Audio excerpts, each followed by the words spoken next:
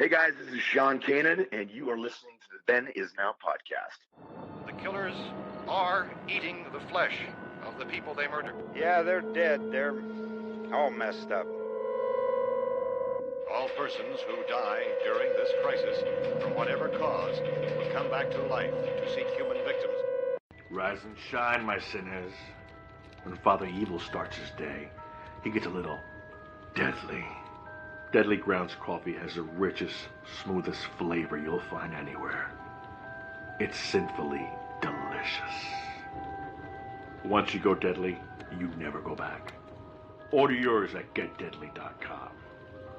Coffee's so good, it's scary.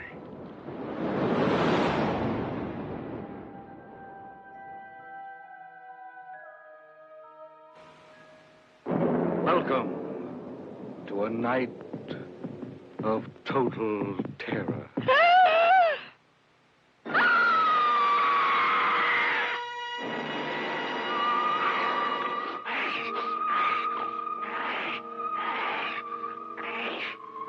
Night of the living dead, the dead who live on living flesh. The dead whose haunted souls hunt the living whose bodies are the only food for these ungodly creatures.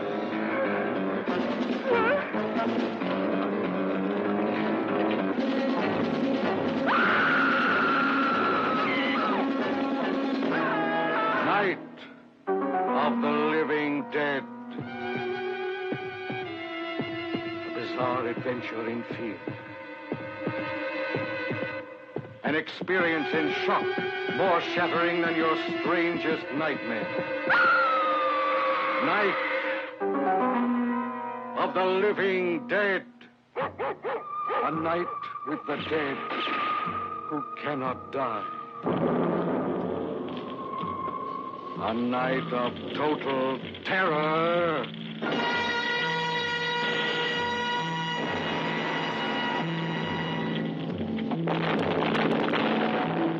Night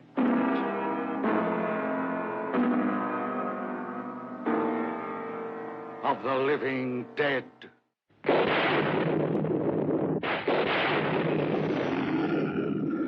What kind of a sick school is this? Uh-oh, Django!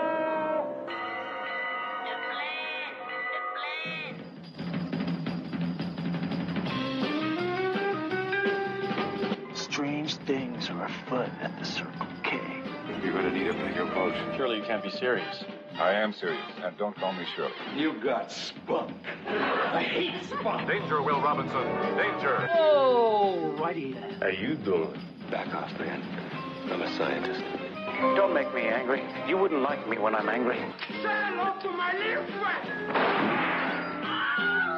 I love the smell of napalm in the morning. What are you people? On dope? Stop whining. I got a crap on deck that can choke a donkey. Who is your daddy? I'm sorry, but all questions must be submitted in writing. I'm sorry, Dave. I'm afraid I can't do that. Can I do that? I'll be back. A dynamite! Show me the money! Don't! Up your nose with your rubber hose. A what? I'm sailing! I'm sailing! Groovy. You want the moon? Just say the word and I'll throw a lasso around and pull it down. Love means never having to say you're sorry. Here's looking at you, kid. We got no food. We got no jobs. Our pets' heads are falling off. Come to the coast. We get together. Have a few laughs. Hear that, Elizabeth? I'm coming to join you, honey. I'm not a doctor, but I play one on TV. I love it when a plan comes together. What we do is if we need that extra push over the cliff, you know what we do? Put it up to 11, exactly. One louder. Why don't you just make 10 louder and make 10 be the top number and make that a little louder? These go to 11. We're on a mission from God.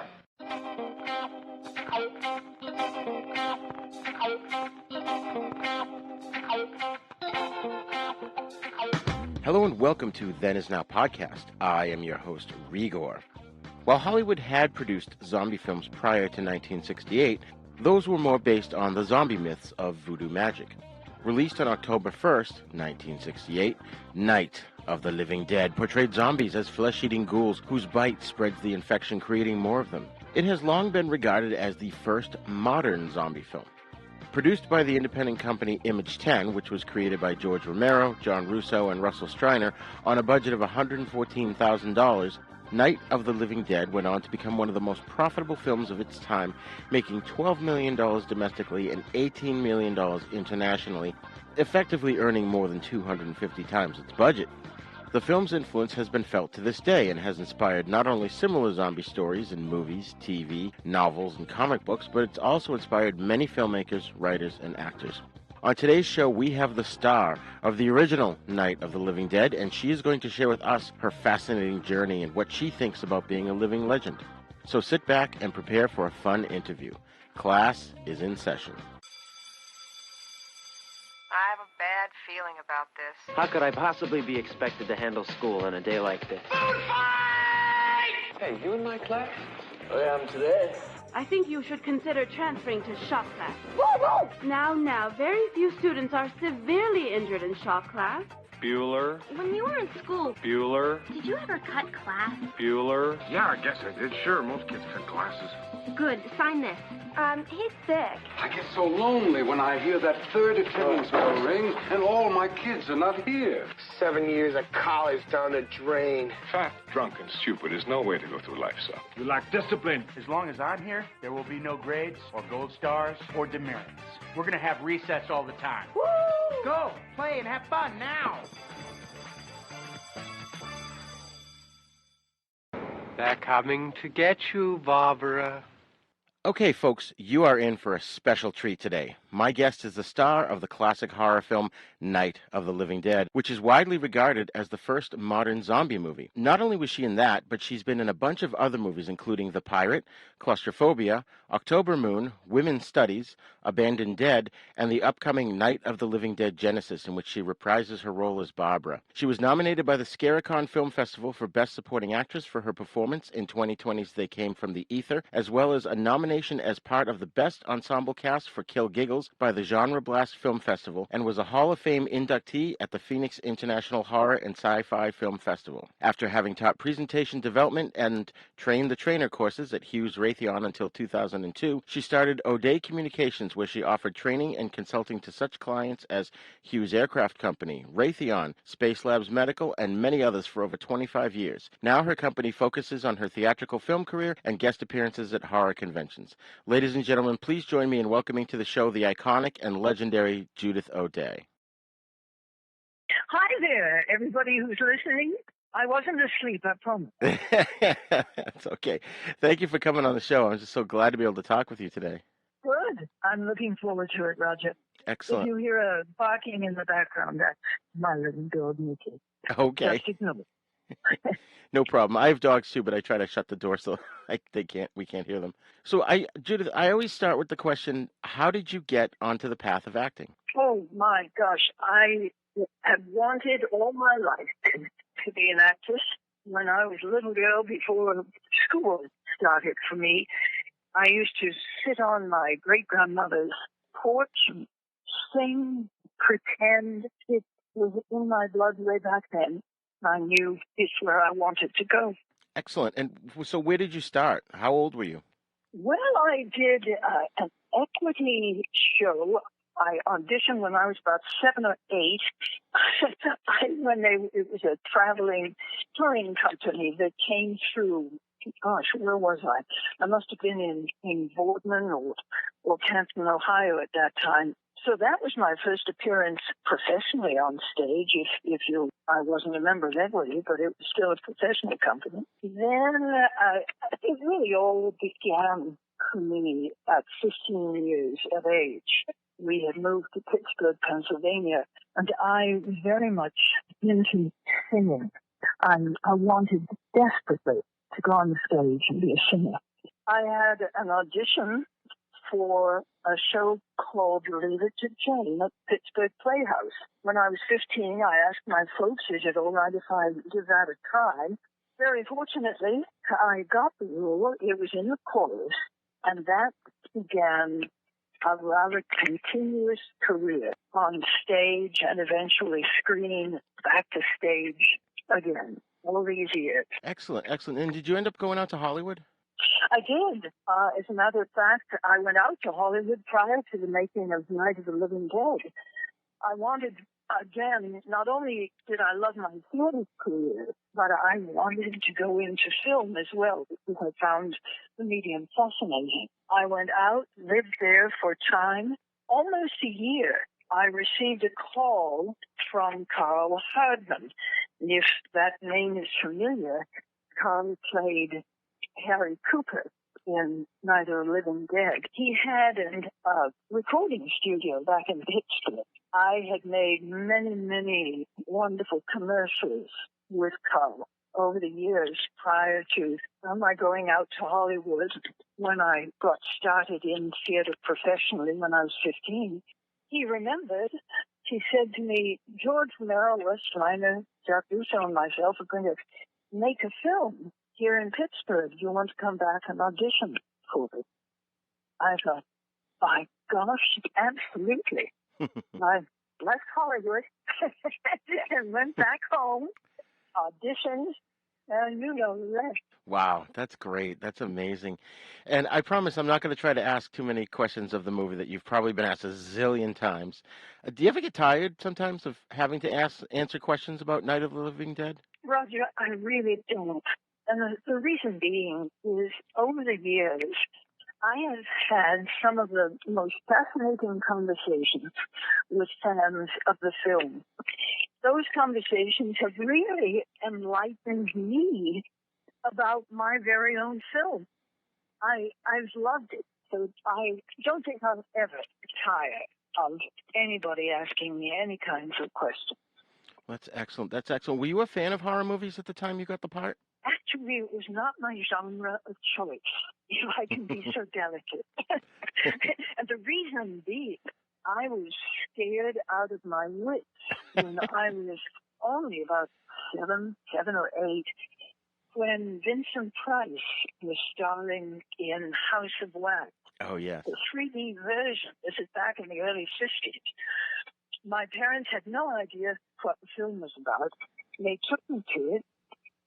I was so frightened by that film that I literally dragged them out of the theater. Wow. Had nightmares for years. In fact, I can still see that Vincent Price face when a woman pounds on the wax face he has covering the burns. Right. When that broke off, I can still see it as clear as day. That's amazing. That scared me. Yeah.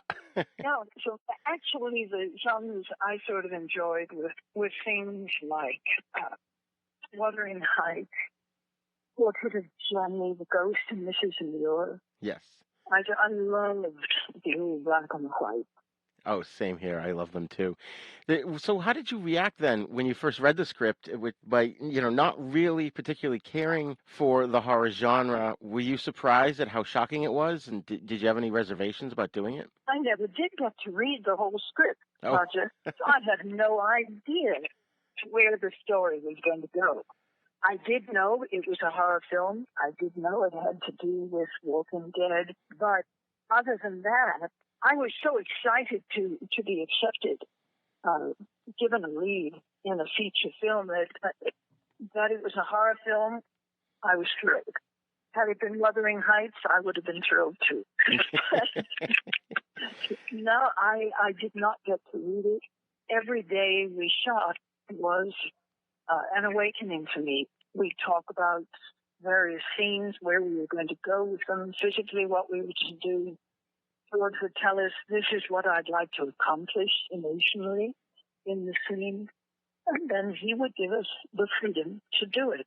It was an exciting shoot. That's excellent. And so it was a real house, right? It wasn't a set. It was somebody's house where you guys were nailing the boards to the wall? No, it was a real house, absolutely. In fact, if I recall correctly, they were given that house with the permission to do anything they wanted, because the house was going to be destroyed eventually. Oh, okay. It had, by the way, the most perfect atmosphere for the film. It was cold and stank. Even in the summertime, of course, when we really got shooting in the midst of the heat, it warmed up considerably. But it was amazing the kind of atmosphere that house had that contributed to the film. Oh yeah, it definitely adds to the atmosphere of the film. And did they shoot it relatively in order? Like how long was the shoot overall too? And was it shot in order? The length of the shoot really was about 4 weeks, but those 4 weeks were broken up into 2 and 2. We did the first 2 weeks, and we did not do in order, by the way. When we completed the first 2 weeks, we had run out of money. Everybody had to go back. Wow. And Russ, Jack, Carl went back to the audio studio to do more commercials. And George, of course, was doing industrial films for corporations in Pittsburgh. He needed to do that to make money to add to our empty budget there, empty coffers. I, too, was an investor, so it gave me an opportunity to try to save up a little more money to invest in the film. Wow. Then we came back. That took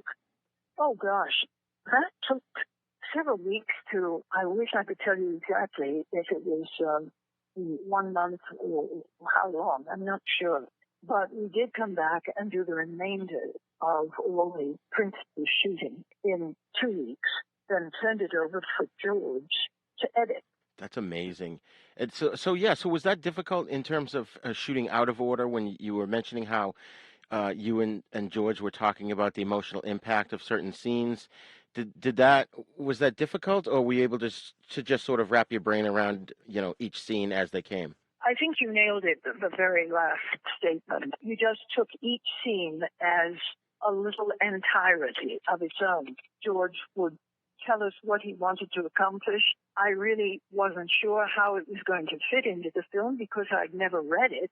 And George, of course, I think was doing the very same thing. He knew a heck of a lot more where he wanted to go with the working script that he had, but I didn't have that script. Right. Each scene then became its own little movie, and you tried to accomplish exactly what George wanted. Right. I managed to rewatch it recently in preparation for this, and it's one of those movies that I've watched often, maybe a couple times a year, because I just really love it. And the more I view it, the more your performance stands out to me as being exceptional. And, what did you draw from to play the character of Barbara? I gave you a hint of that when I told you about being scared to death over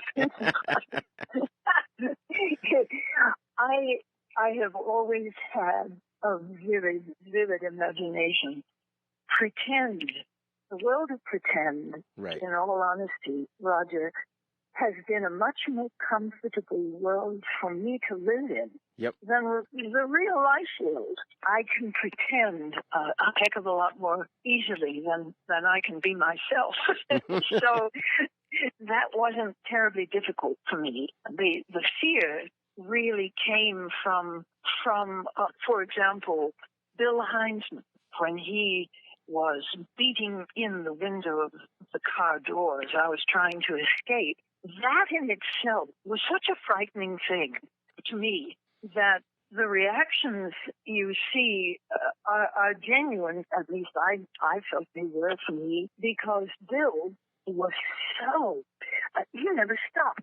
He became that Walking Dead that wouldn't stop until he got you. Wow. That did it a deal on my brain. Another scene that just was a terrifying scene for me to do was when Russ, as my brother Johnny, comes back. You see that gloved hand of his in the doorway. He eventually reaches out, grabs me, and pulls me out amongst all those ghouls. They were just pawing at my body when we were shooting that. And it was terrifying. Wow, yeah, I was going to ask you about that scene. Yeah, for me, slipping into that kind of horror, I didn't need to think of Vincent Price anymore. It was just the horror of the scene itself. Right.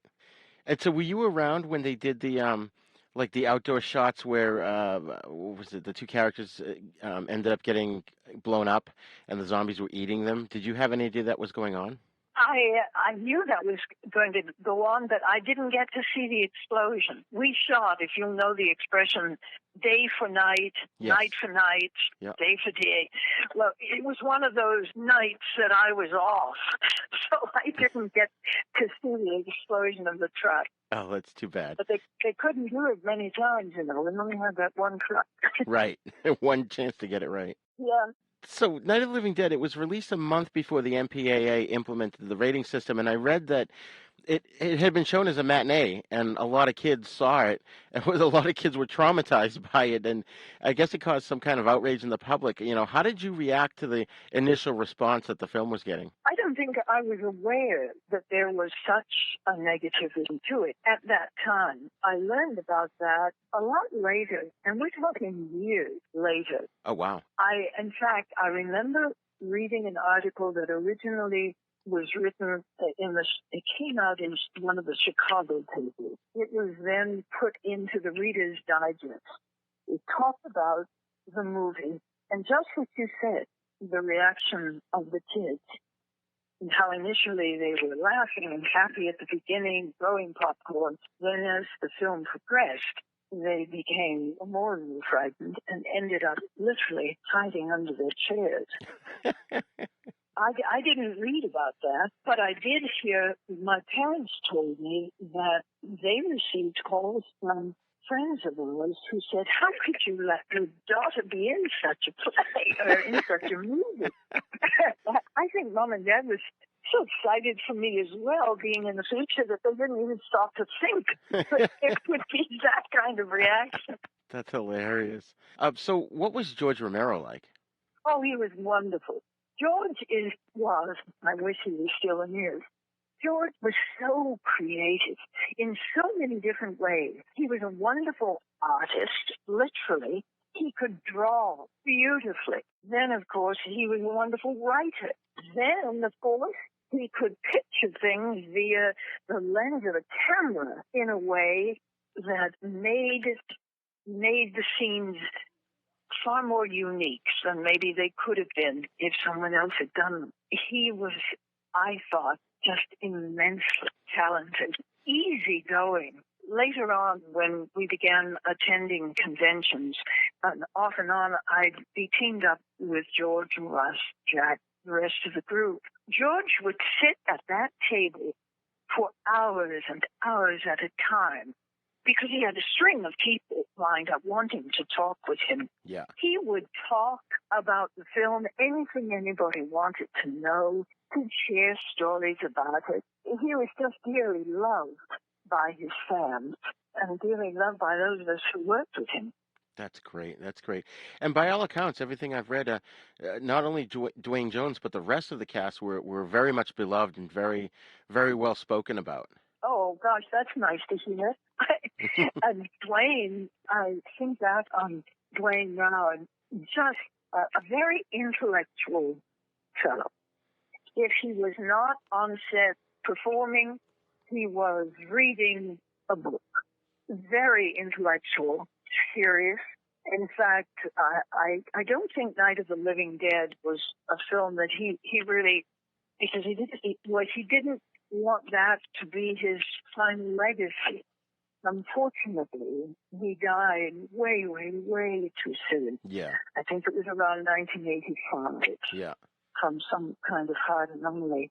But he was fun to work with because he was as intense as I tend to get.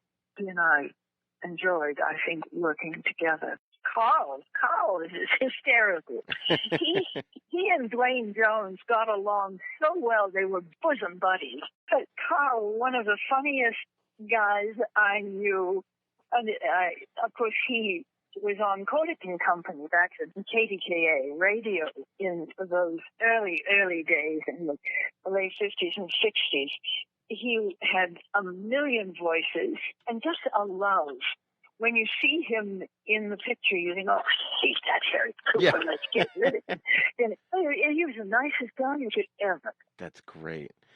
That's amazing. Oh, wait, I have to tell you about Kyra. You knew that Kyra was Carl Hardman's daughter, correct? Yes. Yes. Well, she and I, to this day, are good friends. I can hardly wait to see her in October. We're going to be visiting the Killer Convention in New Jersey. Oh, nice. But, Kyra, very talented artist. She taught art in schools, middle school, I believe, for years before retiring. But again, a wonderful sense of humor. There was a scene in the movie, as you'll recall, when we rolled up the supposed dead body that was at the top of the stairs. Yeah. The skull I saw and reacted to. We rolled up that body, and that scene shows the roll of carpet with the body and it being pulled away. Right. Well, we needed to fill that carpet. You couldn't just roll up the carpet. So guess who was the body in the carpet? that was Kyra. That's awesome. I don't think she'll ever leave that done. That's amazing. And so, it's funny because, all the newspaper ads that I've seen, and I have a funny story about some of the ads that I found, but you were top billed on pretty much all of them. And how did that feel to you? You were sort of propelled into this kind of fame. Were you prepared for it? I don't think so. I didn't really know, in all honesty, Roger, that the film was growing in popularity as quickly. I moved back out west to Hollywood area, actually Santa Monica and then Orange County. So I was sort of out of sight, out of mind. I didn't realize that the film was growing, not only nationally, but growing in popularity internationally as well, that I had top billing even to this day. In fact, I'm sitting here in my office. I have a beautiful original theatrical poster that was sent to me by a fan. It's one of my cherished possessions. I see my name there as top billing. It's, if I can use the word thrilling, it's as thrilling today to me to see that and to know that I have been a part of a film that none of us ever dreamed would receive such accolades. I'm a very fortunate woman, Roger. Oh my God, that's amazing. And it's just funny because the film has just influenced so many things and so many people, We broke a lot of barriers. Oh, yeah. Back then, with the eating of the intestines, etc., and the little child killing his mother, her mother, and right. chomping on Carl's elbow. These things were never done. Also, Night of the Living Dead was one of the first films that were one of the GoFundMe films. The initial investment for that was what brought the name Image 10. Right. There were 10 of us investors in that film. It wasn't a studio operation. People who believed in George, Jack, Russ, a lot of us were willing to contribute. So we were one of the first GoFundMe films outside of Hollywood. That's amazing. The fact, too, that it has garnered over, 30, 40, 50 million internationally, but we didn't receive even an eyedrop of that money. Oh. You know the story about our losing the copyright. I do. Why don't you share it with our listeners? We had made the film. Initially, we were going to call it Night of the Flesh Eaters. That was the title on the film. George had taken it to New York. It was going, I think the first prints were released, but we immediately had to pull those prints back because another production company that had done a film with the name Flesh Eaters in it said, you cannot use that. That is ours. Therefore, we had to change the name of the film. It was changed Night of the Living Dead. The prints were remade with the new title and reissued to the theaters. The one thing that the print house forgot to put on was the copyright notice at the end of the film. Oh. Consequently, as soon as that film, under the title Night of the Living Dead, hit the theaters, it became public domain. Wow. It remained in public domain for almost 50 years. In fact, it wasn't until shortly before George passed away, that the film was remastered by the Museum of Modern Art in New York, also Martin Scorsese, I believe, and the George Lucas Foundation put money into that restoration. It was so beautifully done back then that the federal government gave that issue its own copyright. For the first time in almost 50 years, Night of the Living Dead had a copyright. And believe it or not, Roger, it's been making money ever since. That's great. People who want to use that, they could go back and use the old ones that didn't have a copyright on it. But if they want a real pristine, good-looking, classic film, they use the newest one that received the copyright. Right. That's an amazing story. It really is. You think what goes around comes around. And we put such effort into that film. We gave it our all. We hoped for the best. It was extremely successful, even though we didn't make money for all those years. But to see that little by little money is beginning to come in to those of us who are still alive is amazing to me. Oh, yeah. Yeah, that's incredible. And I wanted to bring up to you, when I was doing my research, I found some newspaper ads for it. And as I mentioned, of course, you're a top billed. And then there was one, and actually there were several, where it's you and Russell Streiner are co-billed, which I thought was interesting because his character doesn't really survive, the first 20 minutes of the film, or beyond the first 20 minutes, I should say. And then there was another one. This one was from the Charleston Daily Mail from '68, and it's you're listed, then Russell, and then Dwayne Jones is listed third. And it was interesting because it's like, well, he's like the second most important character in the movie. So whoever was making those... I have never seen those. I'll send them to you. All the time, send me pictures of them or something, because in all the time I've signed various theatrical things, I've never seen that.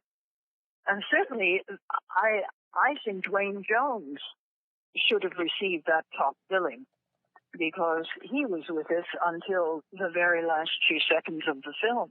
Right. It's interesting how those things go. Obviously, the people making the ads weren't necessarily, closely working with you guys making the film.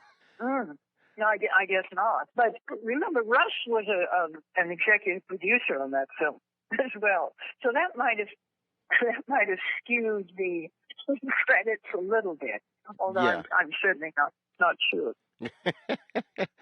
It's possible. I found another quick one I'll share with you. And the Arlington Heights, the Daily Herald from Chicago, they had an interesting article, and this was from 1998, so it was 30 years later. And it said, Living Dead. What better way to usher in Easter than with Night of the Living Dead? George Romero's classic 1968 horror movie about zombies roaming the suburbs of Pittsburgh. Dwayne Jones and Judith O'Dea star as an unlikely interracial couple thrown together with an extended family of quote-unquote normal people trying to fend off the undead. And I was like, did this guy even watch the movie? Wow. Well, I sort of like that.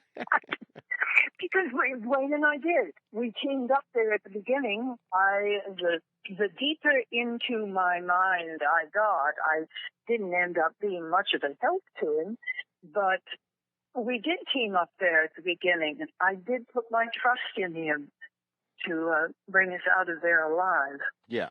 Son of a gun. Are you a lifelong fan of General Hospital? Are you a new fan who wants to know more about the history of the show? Do you enjoy talking about the show with others? Do you find yourself yelling at the TV? Is your self-care an hour a day in Port Charles? If so, we invite you to join hosts Amanda Kimmel and Shannon Coach at the place where all the hidden conversations take place and secrets are revealed. Meet us at Pier 54, a General Hospital fan podcast.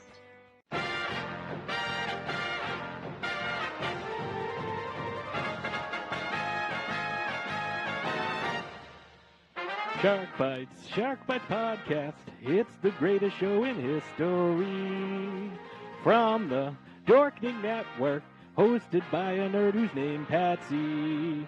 From movie reviews to tips on surviving the coronavirus, Shark Bites has it all. Follow us on Facebook and suggest topics at sharkbitespod@gmail.com. Available on iTunes, Stitcher, Spotify, and wherever you get your favorite podcasts. Hello, this is Rod Barnett. I'm the host of The Bloody Pit, the podcast that examines films from across the decades. On The Bloody Pit, we have several ongoing series of shows within the show focused on specific things in genre cinema that I and my co-hosts find fascinating. There's a long-running series focused on Italian maestro Antonio Margheriti's films from the 1960s all the way up through 1990. There's an on-again, off-again series focused on 1970s science fiction films. There's an in-depth look at the Western movies that William Castle made before he struck out on his own and became the horror auteur that we know and love. A look at the classic Coffin Joe films from Brazil. And our long-term project to look at every Universal horror film made in the 1940s. That's a long project, people. It's going to take us a long time. Sprinkled in amongst those are various other episodes focused on other stranger areas of cinema, like Lucio Fulci, Dario Argento, and even some obscure British crime films from time to time. So join me and my rotating crew of co-hosts as we examine the stranger side of cinema through an exploitation lens. Except when we don't? Yeah, you never really know exactly what to expect on The Bloody Pit. So join me for The Bloody Pit.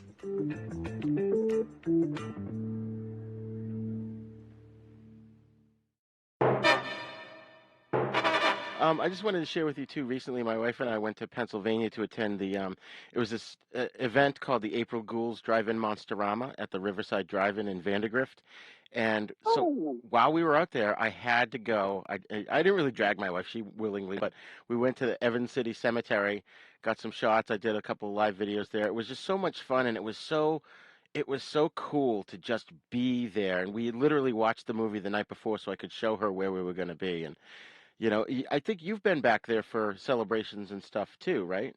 I have. In fact, what did you think of the chapel? The restored chapel, it was beautiful. The restored, wasn't it? It's just lovely. All that effort came from Gary Striner, that's Russ's brother. God bless Gary for doing that. Otherwise, it would have fallen into total disrepair and probably destroyed. Right. But I do remember one instance. The first time I came back to that cemetery for a celebration, I had the oddest feeling. Odd isn't really quite the word. A surreal feeling when I went up to the gravestone, when I walked the places that I had run in the movie. I felt that if I could just push the ether, push the atmosphere in that cemetery a little bit harder, then I could somehow pop right back to where we were. Yeah. That was the energy that wonderful cemetery carries. And I think it carries to this day. Oh, I think so too. And there's a nice memorial in the center of town about the film, and there's like I assume you've seen it, the plaque, and then there's several plaques around it. One talks about George's movie The Crazies, and then the rest are all about Night of the Living Dead. And it's just so amazing that this town has really embraced the fame from the movie and cherished it, and I think that adds to the atmosphere. We are truly blessed. So many people have supported us all these years.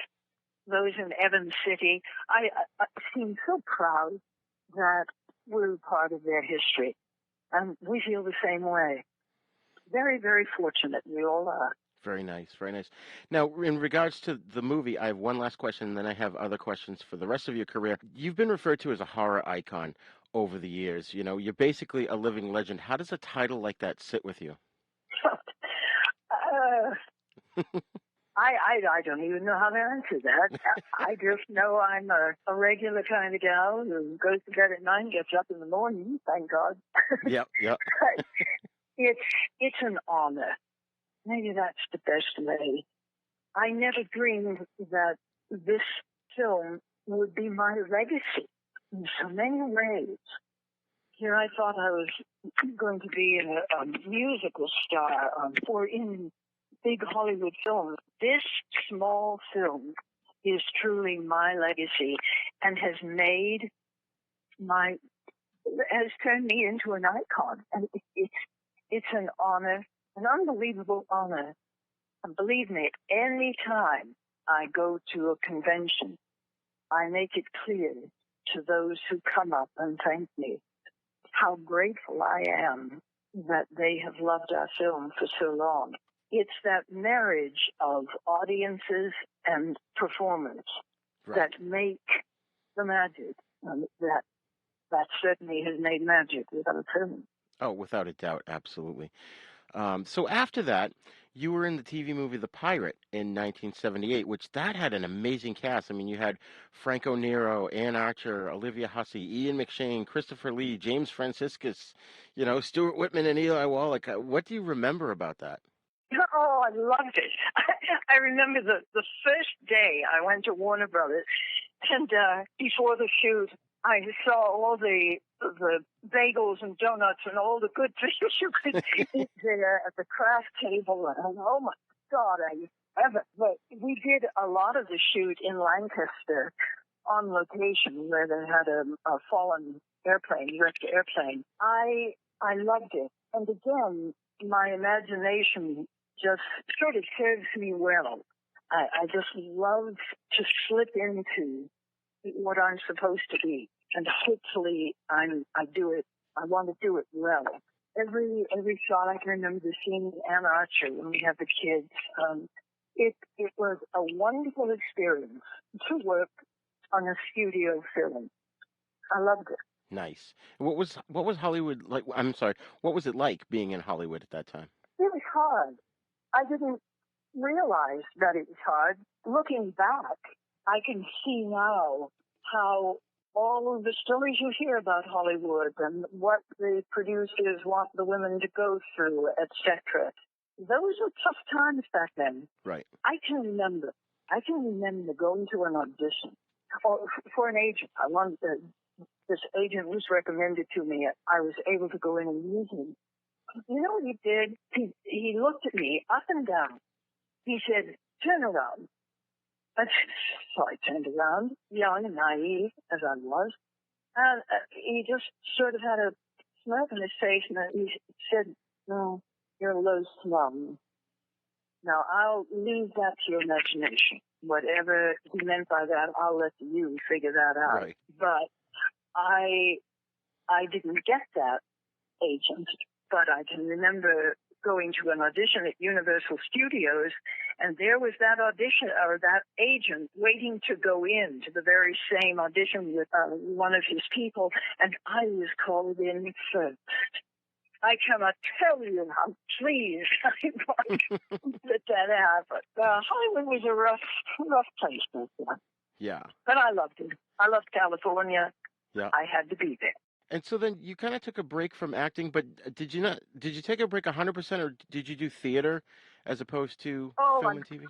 I'm sorry to have interrupted you, Raj. No, go ahead. But that always gets to me when someone asks that. I have never stopped performing. That's what I thought. I worked in equity shows in between gigs, working for a variety of film writers and producers, Harold Hecht and Mel Frank. I worked as their assistants in their homes. Then I'd go do a show. I worked community theater when I began working. You mentioned having to pay the mortgage and getting a job with corporate America, Hughes Aircraft Company. I used my theatrical skills during the day to help people be more comfortable standing up in front of an audience to communicate their important message. So that was still a part of my performance. And yet, at night, I'd go home, feed the kids, and go off and do a show at a theater. Nice. Then, young independent film producers, because of the internet, got in touch saying, I've got a script, there's a part in it, would you be willing to read it? Little by little, I got back into the horror genre by being invited to do a role by independent film producers.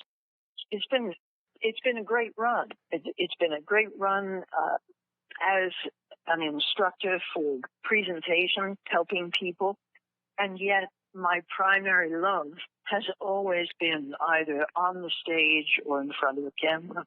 That's amazing. And so was Claustrophobia the first one when you did that? Yeah. It was originally called Serial Slayer, right. I think. And I got knocked off by one of those power bows. Yeah. I can remember clawing my way along the grass. Yes, that was the first one. That's great. When I was doing my research, I discovered that the director, Mark Tapio-Kynes, wasn't not only born the same year as me, but he grew up a few towns north of where I grew up. Oh my God! And he is still working. Oh yeah, doing his thing. I just admire the drive and the love of these young filmmakers. It's wonderful. Yeah. And on that film, you worked with Mary Lynn Rajskub, who played Chloe on 24. What was she like? I couldn't begin to tell you because I think they just shot my scenes, and I did not interact with anyone. Interesting. And can you tell us how October Moon came about? Oh, Jason Paul Collins, the fellow who did not only October Moon, but November Sun and Safe Inside, the trilogy. Yes. Originally wrote a book about Scream Queens. Assault of the Killer Bees was the name of that. Okay. He interviewed a lot of the, quote, Scream Queens, Brink Stevens, so many others with whom you're familiar, as well as myself. Eventually, he, in fact, I'm trying to see if something to scream about. He then made a video about that. In fact, I'm looking at it right now. And that came out and seemed to be very, very popular with people who love the B-type movies that we made. So I initially had was introduced to Jason that way. And from there, he created October Moon and said, would I be willing to play Emily? I love playing Emily. In fact, I talked to Jason just a short while ago, and I said, let's bring her back. She'll be old as sin, but you can come up with a great story. And that was pretty groundbreaking for its time, right? Oh, indeed. About a young gay man and his infatuation, what happens. Oh, very much so. Right. It's over the years also, Jason will send me clips, emails, and things that gay people have sent to him saying, thank you so much for making these films, because it gave us something to watch. We were a part of it, even though it got pretty grisly there at times, but it was groundbreaking. I'm so proud of him for doing that. That's great. That's amazing. And were you in the sequel, October Moon 2? I was. Okay. And we called it, rather than October Moon 2, they named it November Sun. Okay. And then, a few years after that, we did Safe Inside, which really was not, we had lost Elliot, even though Emily was still alive. It was not connected to October and November. It was a standalone film done by Jason. Right. And how is he to work with as a director? Oh, he's wonderful. He's not one of those lording over you, I know precisely what I want and you have to do it. Again, Jason is just a dear man. He's a dear man who loves what he does. He's a kindergarten teacher as well. And is so good with his children. This man is a multitude of talents. The writing, the filming, a very, very interesting, talented man with whom I thoroughly enjoyed working. Very nice, very nice. And you also worked on women's studies. You were the main character in that movie as well, with Lonnie Martin. And how was that experience? Oh, that was a kick.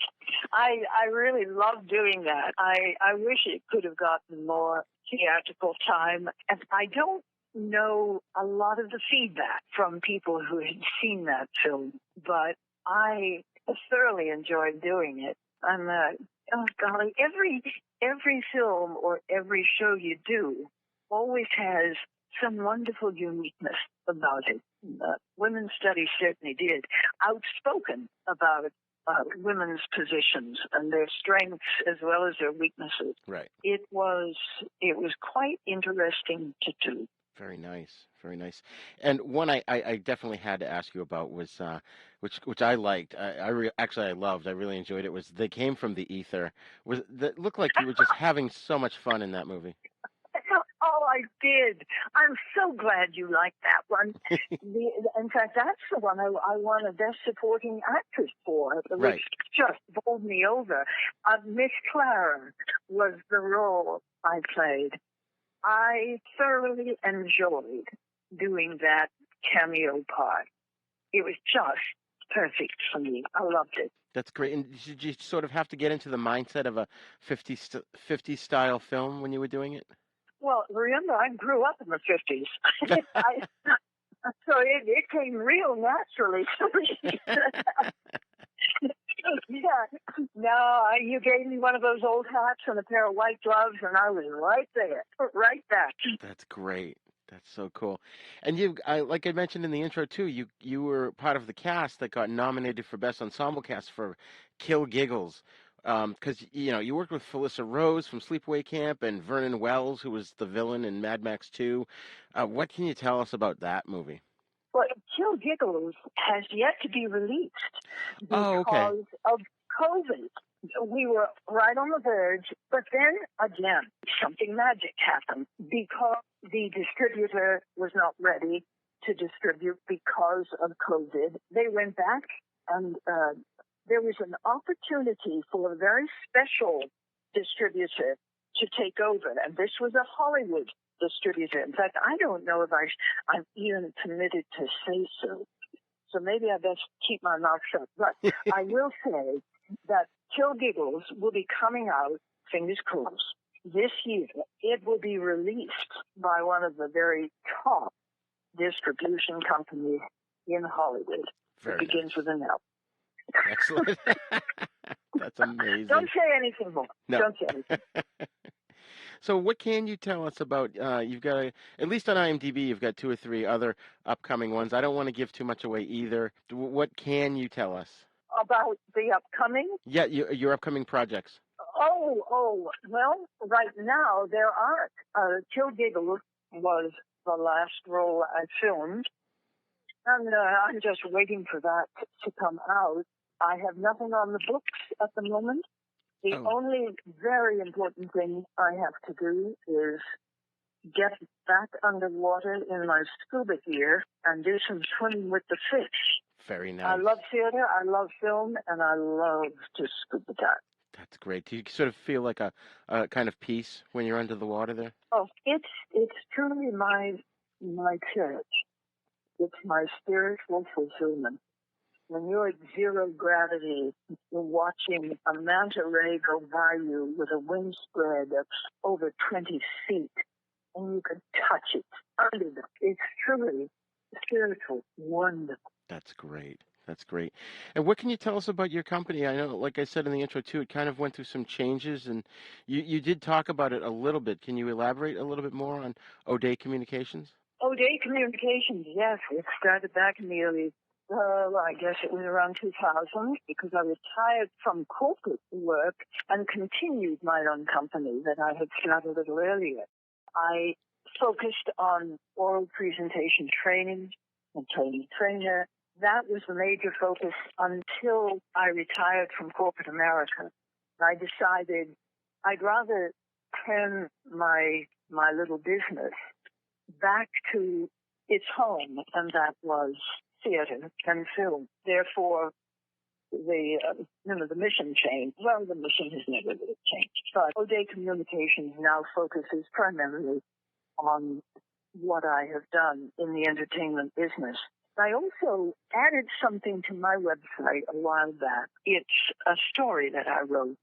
Oh, yes. It's called The Old Lady and the Alien. That was a really important story for me to write. I put it on my website, and I guess deep down, Roger, there's the hope that somebody in the industry would look at that and say, you know what, that's an interesting little piece. Maybe we could make that into a film. It's so much easier to make film today with independent film producers that I think that would be a wonderful last hurrah for me. I would love to see that story made into a film. That would be amazing. And I did see that on your website. Is there a memoir in the works? Because if there's not, I think you really should write one. I think I'm forgetting more than I remember now. So I think there are so many others with far, far more interesting lives. Although what we talk about today makes me realize I've had a really fun, interesting life. I've met wonderful people doing the things I've done. It's been a variety. Yep. But I don't think there's going to be a memoir, Roger. Not for me. Oh, well, if there is, I'll be the first one to purchase one. Is there a dream role that you've always wanted to play? It would be wonderful to have a lovely role outside of the horror psychological killer genre. Right. I would love something like a Laura, but an old Laura, or the Ghost of Mrs. Muir and an old Gene Tierney. Oh, there you go. That'd be great. Excellent. That would be great.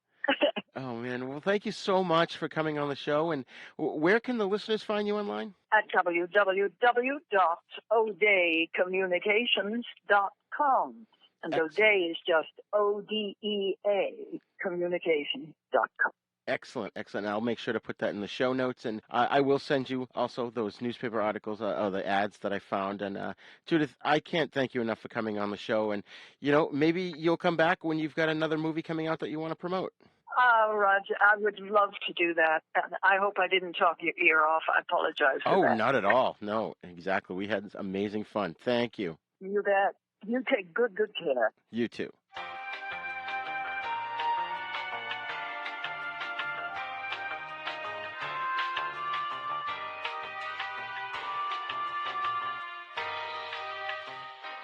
Well, we hope you enjoyed listening to our interview with the wonderful Judith O'Dea. Please check out her website, odeacommunications.com. Remember, you can send your feedback to thenisnow42@gmail.com. You can also join in the conversation at our Facebook Then Is Now podcast group. Then Is Now podcast is a proud member of the Dorkening Podcast Network, so please be sure to check out the other great shows there at thedorkening.com. You can also visit our website at havenpodcasts.com, where you'll find our sister show, The East Meets the West, in which we discuss Shaw Brothers films and spaghetti western movies. And Then Is Now is on YouTube, so please visit youtube.com/user/UncleDeath1 to get the latest videos as well as other fun videos. Please subscribe to our YouTube page and also share the video versions of our podcast with your friends and get them to subscribe as well. And don't forget to go wherever you download your podcast from. And if you liked this episode, please leave us a great review so that more listeners can find us. You can find us on all the podcasting apps, especially the big three, iTunes, Spotify, and Stitcher. Class dismissed.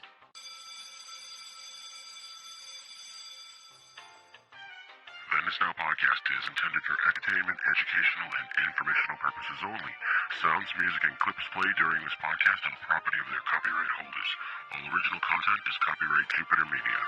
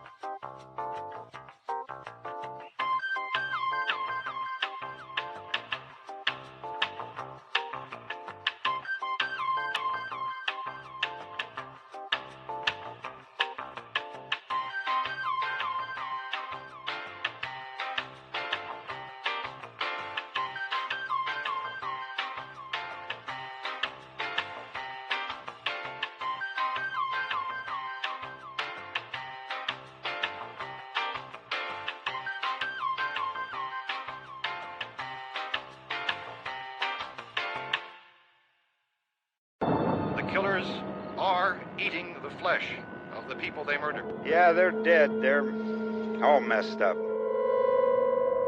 All persons who die during this crisis, from whatever cause, will come back to life to seek human victims. For more shows like the one you just heard, check out the Dorkening Podcast Network at thedorkening.com.